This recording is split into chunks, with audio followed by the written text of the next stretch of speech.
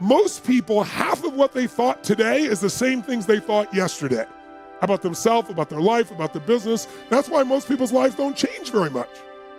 But if you wake up and you start realizing, I'm living in a home, an emotional home I don't want, you can change it. See, because everybody's got it. If you got $1 billion, check this out. If you had $1 billion, but the habitual emotions you go back to are frustrated and pissed off, then your life is called frustrated and pissed off. It doesn't matter how much money you have. Write this down, please. The quality of my life is the quality of my habitual emotions. The quality of my entire life is nothing but the quality of my habitual emotions. Whatever habits of emotion, wherever my emotional home is, I will find a way to get back there. And until I change that, I'm gonna have a problem. How many of you see people in some part of the world, in my country, for example, you'll see this in the middle of America where there's certain places that have cyclones all the time. Or maybe down in New Orleans or places where every few years you get a huge storm that wipes out everybody right on the coast there. But then 2 years later, it happens again. They rebuild, it happens again. How many have ever thought to yourself, why don't these people move? And why don't they move, guys? Because it's what they're conditioned. They call that home. I don't want to leave my home. It's what I know. It's easy to see when it's somebody else and it's physical. It's harder to see when it's yourself and it's emotional, because we have an emotional home. Some of you grew up in a really tough environment. I did too. Pretty brutal environment. Very painful environment. Part of I am who I am is because I didn't want to suffer and I had to find answers. And because I suffered so much, I don't want you to ever suffer if I can do anything about it. I can't control it, but I can help massively. But it's only because I suffered so much I don't want anybody else to. But think about it. Most people suffer even when they're successful. Listen, if you're successful and you're not fulfilled, that's the ultimate failure. If you got people that love you and you're not feeling joyous and alive, something's wrong. And you know what it is?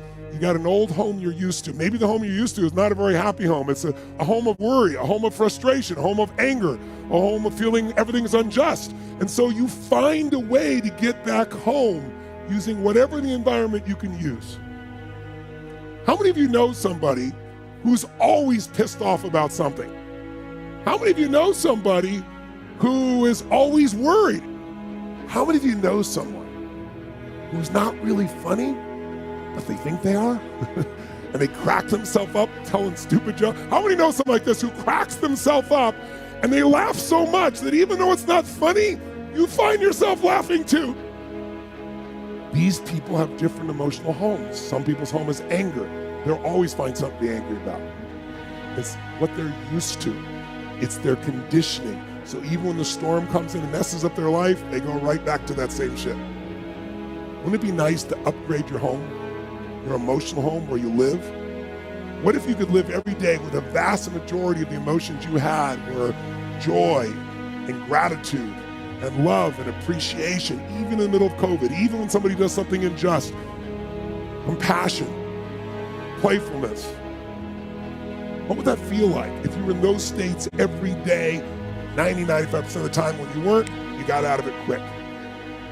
You can make that change this weekend, and I'm not exaggerating an ounce. I'm not saying you're going to be perfect and never have a negative feeling, because negative feelings are sometimes a signal to make us change. But most people have a negative feeling and they just hang on to it and keep living with it and find other things to be negative about. That will never give you what you want. The money won't do it. The acknowledgement of others won't do it. Everything you think will do it will not do it. Only one thing will do it. You drawing a line in the sand and making the most important decision of your life, that you're going to live in a beautiful state no matter what. Because life is too short to suffer. We have a choice. Listen to me.